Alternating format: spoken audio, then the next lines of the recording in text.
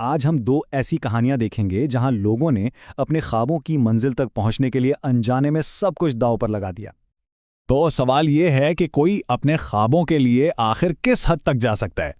इस तज्जिये में हम दो ऐसी सच्ची कहानियां सुनने वाले हैं जहां लोगों ने एक नई जिंदगी की तलाश में या फिर एक बड़ी मुहिम जोई के लिए जिंदगी और मौत जैसे हालात का सामना किया। एक तरफ दो कहानियां हैं, दो ख्वाबों की मंजिलें, लेकिन इनके नतायज वो बिल्कुल नाकाबिले तसव्वुर थे। आइए देखते हैं कि ये दो बिल्कुल मुख्तलिफ दास्तानें हमें इंसानी हिम्मत और मायूसी की किन इंतहाओं तक ले जाती हैं।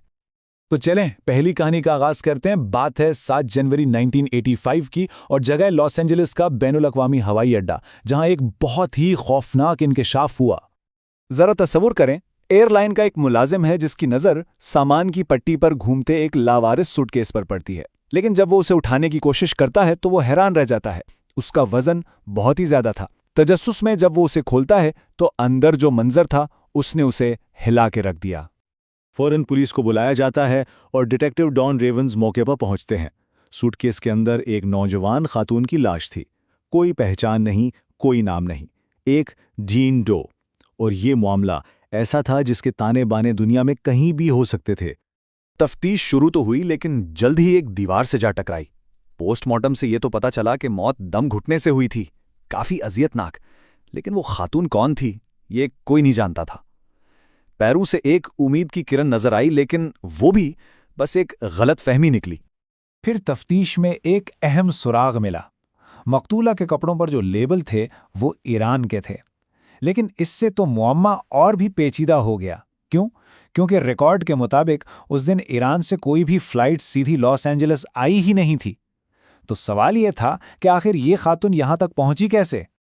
शवाहिद इतने कम थे कि केस के लीड डिटेक्टिव डॉन रेवंस ने खुद मायूसी का इजहार किया। उन्होंने यहां तक कह दिया कि अगर आपको कभी पता न चले कि वो कहां से आई थीं या वो कौन थीं, तो ज्यादा हैरान ना हो। ऐसा लग रहा था कि यह केस हमेशा के लिए एक राज ही बनकर रह जाएगा। लेकिन फिर बिल्कुल गैर मुतवक्के तौर पर 400 मील दूर सेक्रामेंटो में एक और मौत की खबर आती है। बज़ाहिर तो इसका उस केस से कोई लेने देना नहीं था, लेकिन इसी ने इस जेन डो के पूरे मुअम्मे को हल कर दिया। तो सच्चाई क्या थी? ये कोई कत्ल नहीं था, बल्कि ये एक बेहद मायूस कुन मंसूबे का अलमनाक अंजाम था। 20 साला कातान सफ़ी अपने नए शौहर महमूद अयाजी के साथ एक नई जिंदगी का ख्वाब देख रही थी। जर्मनी में जब उसे अमेरिका का वीज़ा नहीं मिला तो उन्होंने एक इंतहाई खतरनाक रास्ता चुना। कातान अपनी मर्जी से एक सूटकेस में छुप गई, लेकिन फ्लाइट के दौरान कार्गो होल्ड में रखा दूसरा सामान उस सूटकेस पर गिरा और दम घुटने से उसकी मौत हो गई। जब महमूद लॉस एंजलिस पहुंचा और उसने अपनी बीवी की लाश देखी तो वो सदमे से बिल्कुल टूट गया। उसने घबराहट में सूटकेस वहीं छोड़ दिया और 3 दिन बाद उसने भी अपनी जान ले ली। अच्छा, ये तो थी एक कहानी। अब चलते हैं एक बिल्कुल मुख्तलिफ सफ़र की तरफ, एक ऐसी जगह जहां हालात इंतहाई शदीद होते हैं, यानी दुनिया का सबसे जुनूबी कोना, एंटार्क्टिका। यहां हमारी मुलाकात होती है 27 साला लियोनिड रोगोजोव से। वो एक डॉक्टर भी थे और माहिर मौसमियात भी। साल था 1960 और वो 12 सोवियत महक़क़ीन की उस टीम का हिस्सा थे जो एंटार्क्टिका में एक नया रिसर्च स्टेशन बनाने आई थी। अब यहाँ के हालात समझना बहुत ज़रूरी हैं। जैसे ही कुतबी सर्दियाँ शुरू होतीं, इस टीम का बाहर की दुनिया से राब्ता बिल्कुल ख़त्म हो जाता था। करीब तरीन मदद भी हज़ारों मील दूर थी। बचाव का तो कोई सवाल ही पैदा नहीं होता था। और सबसे बड़ी बात, इन 12 लोगों की पूरी टीम के लिए सिर्फ एक डॉक्टर था। मिशन को शुरू हुए 4 महीने हो चुके थे और दर्जाए हरारत -140 डिग्री फ़ारेनहाइट तक गिर चुका था। और तभी एक मेडिकल इमरजेंसी ने आ घेरा। टीम का वो वाहिद डॉक्टर लियोनिड रागोजोव खुद शदीद बीमार पड़ गया। उन्हें शदीद अपेंडिसाइटिस हो गया था। मतलब अगर फौरन उनका अपेंडिक्स ना निकाला जाता तो वो फट जाता और मौत यकीनी थी। लेकिन बाहर इतना शदीद बर्फानी तूफान था कि उन्हें वहां से निकालना बिल्कुल नामुमकिन था। तो अब सवाल ये था कि ये नामुमकिन सर्जरी करेगा कौन? टीम में कोई दूसरा तो डॉक्टर था ही नहीं। वो एक ऐसी खौफनाक सूरत हाल में फंस गए थे जहां डॉक्टर खुद मर रहा था और उसकी मदद करने वाला कोई नहीं था। जरा सोचें, एक आम अपेंडिक्स के ऑपरेशन में सर्जनों की पूरी टीम होती है, मरीज को बेहोश किया जाता है और एक साफ सुथरा ऑपरेटिंग रूम होता है। लेकिन लेनीड के पास क्या था?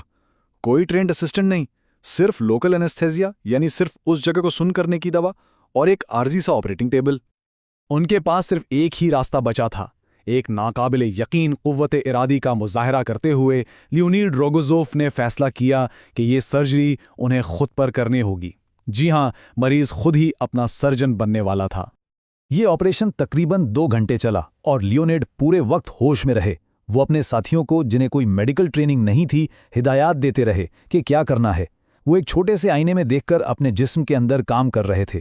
इस दौरान गलती से उनकी आंत भी कट गई, लेकिन उन्होंने उसे भी खुद ही सिया और आखिरकार वो अपना अपेंडिक्स निकालने और अपनी जान बचाने में कामयाब हो गए। तो ये 2 कहानियां ये हमें दिखाती हैं कि एक मायूसी में लिए गए खतरे और एक गैर मामूली हिम्मत से उठाए गए कदम में कितना बड़ा फर्क होता है।